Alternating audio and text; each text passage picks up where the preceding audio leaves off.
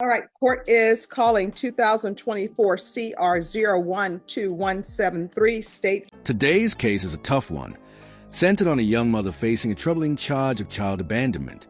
With kids left alone and questions of responsibility hanging heavy in the air, the spotlight now shifts to a plea deal that's about to unfold in real time. Versus Estrella Hernandez de Jesus. Could I have parties announced for the record? State. Rick Pena for the state of Texas. Defense. Joseph Appel for the defense. And are you Ms. de Jesus? Yes. Counsel, have you received all discovery? I believe I have, Your Honor. And did you review it with your client? Yes, Your Honor. Court will find that the state is in compliance with discovery. Ms. de Jesus, did you review the application for deferred adjudication or community supervision with your attorney? And did you understand it? Yes. Did you review the true bill of indictment with your attorney? Did you understand it? Counsel, do you waive the reading of the indictment? We do. State, are you proceeding on the indictment as presented? No, Your Honor. Say we're proceeding on count 1 of the indictment and we'll waive count 2. No objection, Your Honor. All right. Did you review the document entitled Court Admonishments with your attorney? Did you understand it and sign it in all the appropriate places? Yes, Your Honor. Did you understand you're charged with the offense of abandoning or endangering a child with intent to return?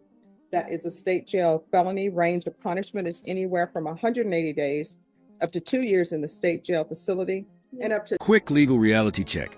In Texas, a state jail felony is no small matter. It can mean up to 2 years behind bars, and that's before fines are even factored in. When the judge mentions a possible $10,000 penalty, it's not courtroom filler. It's a very real price tag that comes with poor decisions. $10,000 fine.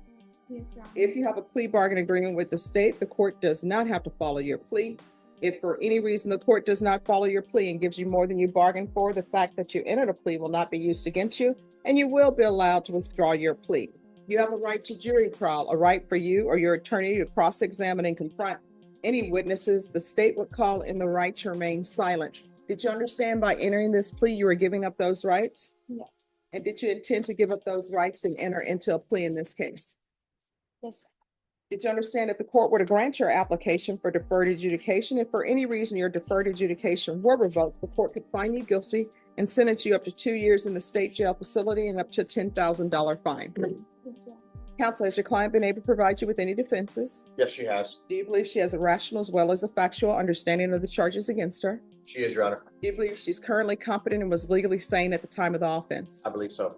Has anyone threatened you, coerced you, or placed you in fear to get you to enter this plea? No, Your Honor. Anyone promised you anything other than the plea? No. Are you satisfied with the way you've been represented? Yes. Are you a U.S. citizen? Yes. Court will find that defendant has knowingly and voluntarily waived her right to jury trial. Did you review the plea bargain page with your attorney? Did you understand it? Yes, Your Honor. According to the plea, the state is proceeding on count 1. There's a $1,500 fine. State recommends deferred adjudication in the parenting class. Did you understand that to be the plea? Yes, Your Honor. Defense? Yes, Judge. State? That is the plea, Your Honor. Did you review the waiver of appeal paragraph with your attorney? Did you understand it and sign it in both places? Yes, Your Honor. By signing that you're waiving your right to appeal, the only items that can be appealed are written pretrial motions that have been filed, heard, and ruled upon by the court. Did you understand? Yes, Your Honor. Counsel, are there any such motions? There are none, Your Honor. Outside the agreement, the state is requesting that your community supervision be for a term of 3 years, 150 hours of community service restitution, no contact with the complainants, the MRT, TAP evaluation, and follow all recommendations. Did you understand those were recommendations from the state and the court does not have to pursue? Here it is, the pivotal moment. After all the legal prep, the admonishments, and the waivers, it comes down to her guilty plea. But here's the twist. With deferred adjudication, even though she's admitting guilt, she still has a chance to avoid conviction if she successfully completes everything the court requires. Follow those recommendations. Yes. Then to the offenses charged in count 1, how do you plead? Guilty, not guilty, or no contest? Guilty. State any evidence. Yes, Your Honor. At this time, state offers into evidence states Exhibit 1 with all attachments. No objections from defense, Your Honor. All right, state you may be excused. Thank you, Your Honor. Did you review the waiver and consent to stipulations with your attorney? Did you understand it and sign it in all the appropriate places? Yes, Your Honor. Again, did you understand you have a right to jury trial, a right for you or your attorney to cross-examine and confront any witnesses the state will call in the right to remain silent? Yes. Did you understand that today the state will be presenting evidence in the form of witnesses' statements and police reports, but most importantly, there'll be no live testimony? Did you understand? Yes.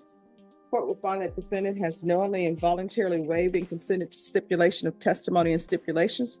Court will accept into evidence States Exhibits 1 and attachments and review the same. Right, after reviewing States Exhibits 1 and attachments, the court will find there is sufficient evidence to find you guilty. The court will defer finding of guilt as you've applied for deferred adjudication. Are we proceeding with sentencing? With your permission, Judge, we would respectfully request to waive the PSI. Anything you wish to say on behalf of your client? If it pleases the court, first of all, regarding the $1,500 fine, we would ask the court to probate at least a portion, if not I all will of it. probate the fine. She is 22 years old, and she does have these 2 young children. She is not receiving child support currently. Currently, she's been incarcerated for several months. The children have been placed by CPS with her aunt, Maribel Villegas. And as soon as she gets out, CPS has recommended some programs for her to do some services, which she will. Now the emotional gears turn as the defense frames her story. A young mom with no child support, trying to piece life together after release. But the AOS court isn't swayed by vague promises. It wants clarity and is ready to dig into the hard details of what really happened that day. Has informed me that she is ready, willing, and more than willing and able to perform. So we've just addressed the recommendation by the DA of no contact with the 2 complainants, which are her children. She would like to have at least no harmful and injurious contact or possibly some supervised contact, whatever CPS recommends based on her progress with respect to their plan that they have. She does have a plan for employment once she gets out. That'd be to immediately get with some temporary services and agencies until she can find steady, regular employment. Her last such employment was with Toyota 2 years ago. She had to leave that job because of the commitments that she had with these 2 young children. She was unable to be at work all the time because she didn't have sufficient sitters for the children. Her aunt has stepped up, and that's who she'll be relying on once she gets out, Judge. All right. So here's my question for you.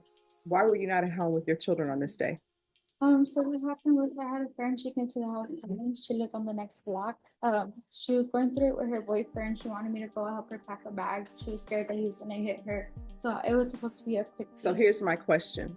What were you planning on doing if her boyfriend were to show up? Well, he was there, so she was scared of. She was scared that he was gonna break everything in the house and hurt her. So I was trying to help her. Like she. So felt how you safe. helped her was you left let me make sure my math is right. The offense date is 2024. Help you out, Your Honor. The children were 3 years old and 1 year old at the time. Yeah. So you decided, let me go help my friend with her crazy boyfriend and leave children alone who can't even take care of themselves in a house by themselves. And it wasn't just for 2 minutes, because the child who could talk said that they were thirsty and hungry. So tell me, where does, what is his name? Where does Mr. Adrian Ruiz play into all of this? He was giving me a ride. He was down the street and he came with me.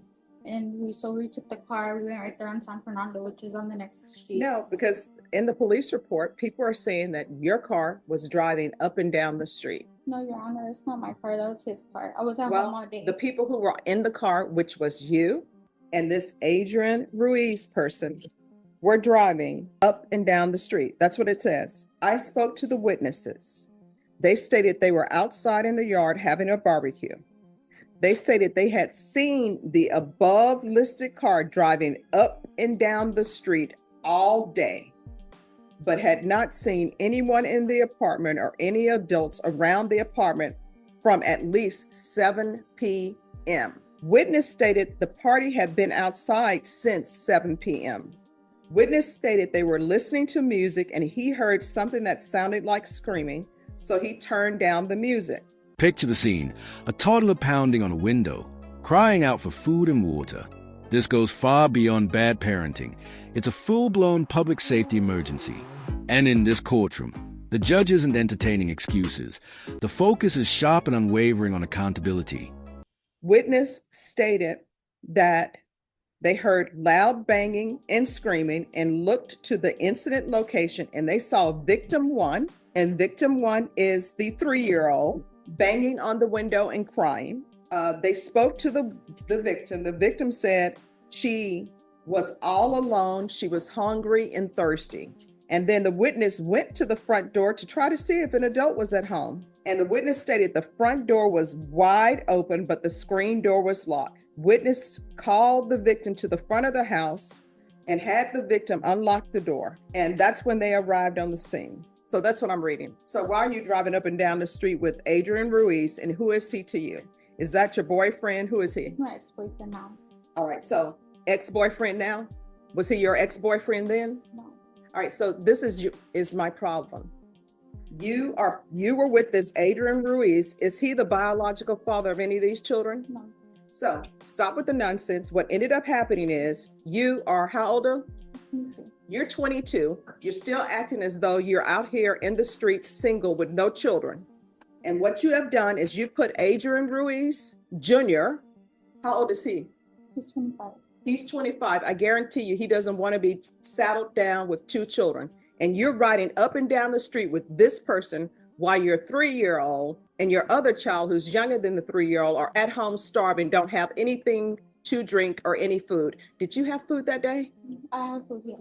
Did you drink that day? Yes, so did They my didn't, because guess what? These children, some of them drink milk, some may have water, some of them need their diapers changed. I guarantee you their diapers were not changed and their diapers were dirty because the neighbor said that you had not been there and those children had been there all day No, by themselves. They weren't there by themselves all day. I was there all day with them. No, they say you were driving up and down the street with your then boyfriend.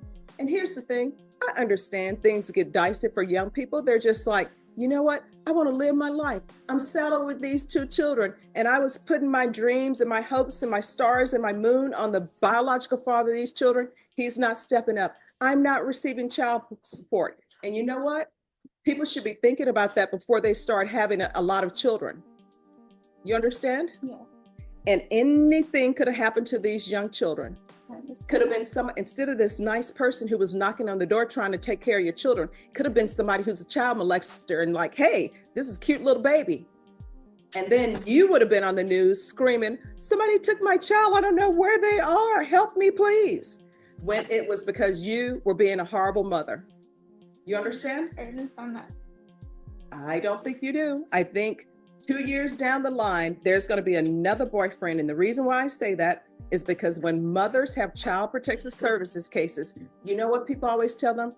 Don't get involved with any more guys. Concentrate on getting a job, bettering yourself, and taking care of your children. And you know what always happened? During the middle of CPS, when children are being returned, next thing you know, mother has a new boyfriend, somebody from prison that, oh, he's changed, he's a great guy. And in the meantime, you're putting your children's lives in danger. And children don't get to say, hey, you know what, mom, you're making some stupid decisions out here and it's going to impact me. People don't care because you're all in your feelings with this Adrian Ruiz Jr. guy. And guess what? If he were a good guy, you know what he would have said? I will come visit you at your house, but you cannot leave infants to take care of themselves. Instead, he didn't. And now you're telling me some lame story about you going to your friend's house to help her with a boyfriend that's being abusive when you don't even have your life in order. If her boyfriend were being abusive, you would have picked up the phone and called the police. Because what are you going to do? Are you going to get over there and fight a guy? No. You're just doing silly stuff and putting your child's life in danger. And I'm going to do this no contact order. If CPS wants her to have contact with her children, then what's going to end up happening is they're going to have to appear. They can appear by Zoom if they want to appear by Zoom and come to me with the child's ad litem and say why there should be a contact order. How far did you go in school? I got my GED. And what have you been doing with your life other than having children and driving up and down the street with Mr. Ruiz? I was going to cosmetology school for a little bit, but I didn't have babysitters. So I stopped going and I started going to Toyota Mutex. That's when I was working there for a little bit. I got into this program called Goals. And I was doing that basically. I get monthly payments. I would get monthly payments from them. I had to make goals and I get incentives for completing goals. Here's the thing. When people decide to have children, they should decide to have children and have plans for who is going to be the babysitter. You understand? There's a $1,500 fine that'll be probated. Proof of employment within 30 days of release. No employment as a home health care provider or with minors. TAP evaluation in custody. Follow recs. There should be regular reporting. by Zoom or in person, regular random UAs. There should be no contact with Adrian Ruiz Jr. If I could, if it were legal, I wouldn't let you have any contact with any adult male until you get your life in order and put your children first. But I'm not allowed to do that. So no contact with Adrian Ruiz or the complainants, CPS compliance, the MRT, 150 hours of community service restitution. I'm going to order parenting classes. Once parenting classes are complete, the community service hours will be deemed satisfied. Field visits 1 time per month until further notice, and counsel if Child Protective Services gives her parenting classes, which they should, those will be acceptable. And it will be 4 years deferred adjudication. Probation, is there anything else? No, Judge. Is there anything else you need from the court to be successful? No, yeah. Did you review the document entitled Trial Court Certification of Defendant's Rights to Appeal with your attorney? Did you understand it and sign it? Yes, sir. Because this is plea bargain agreement, because I followed your plea bargain agreement, because you waive your right to appeal, you do not have the court's permission to appeal. Do you understand? All right, we can go off the record. Here's the thing with CPS cases. If you're not going to put your children first, just let them know.